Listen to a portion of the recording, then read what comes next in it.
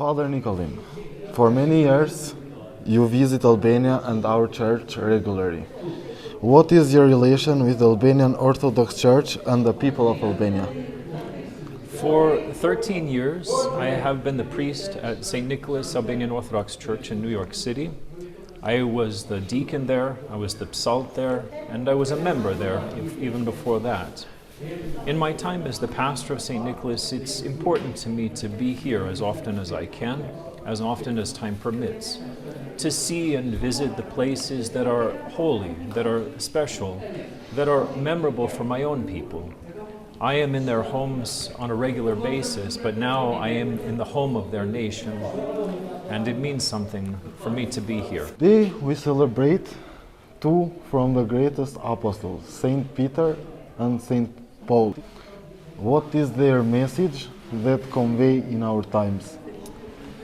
We are here in the church where we've just finished the liturgy, and right above me, I don't know if the camera can go there, maybe after we're done, there's a picture of St. Peter and Paul as they embrace each other, as they come together, as they make, as we say in English, amends.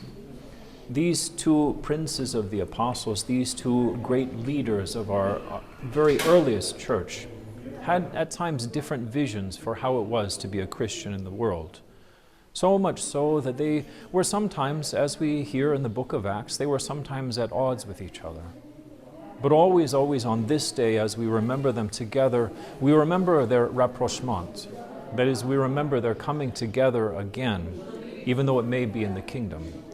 We remember St. Peter and Paul and how it is that they give us this message that though we may at times disagree as Christian people, still we are united in Christ, and like them, our obligation is to come together, to embrace each other, to forgive each other, and to walk closer and closer, all of us together, towards Christ and His Holy Kingdom. During your stay here, you have been in many great feasts of our church. You have been in Korçë, Elbasan, etc. How do you see the work of the church, bishops and priests in Albania? I have been visiting Albania for a while now. This is the longest I've been able to stay. I'll be here this summer for 3 months. I think that when I come, I only get a taste of what life is like here. But I see the sacrifice that it takes, the sacrifice that I know in a different way in America and the clergy of my archdiocese know. But what it takes to lead the people is to give ourselves to them.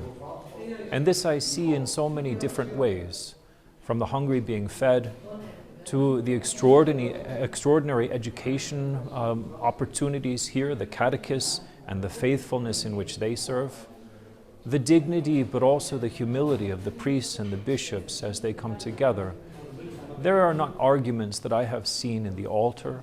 Instead, we come together in front of Christ and we lead the people. I see them being led here through faith, through sacrifice, and through the love that makes these things real, necessary, and godly.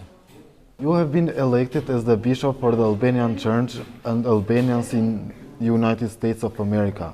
What is your vision for that community? And how can we develop our brotherly relations between our churches? It's difficult to be brotherly when we are not present with each other. You know, I live in one part of America and my family lives in another part of America. And though I grew up with my brother and my sisters, I don't get to see them all that often. But when I do see them, there was always this sense of being reunited, picking up once again a life that is intended to be together. I think that we bring our churches together by being present in these ways. This is why it's so important for me now to be here in Albania, to accept the gift that is offered to me so beautifully time and time again of hospitality in these churches by these people in these places of faith. Our vision, I think, is the same in America and here in Albania. And this is the vision of Christ our God, that we follow Him and we follow His cross. and that there is much forgiveness for us to do with each other, that we walk past our pride, that we walk past our sense of self-importance, and we are united not by our own greatness, but by the greatness that is and always has been His. Thank you very much. It's such a joy to be here, and it is for me a pilgrimage.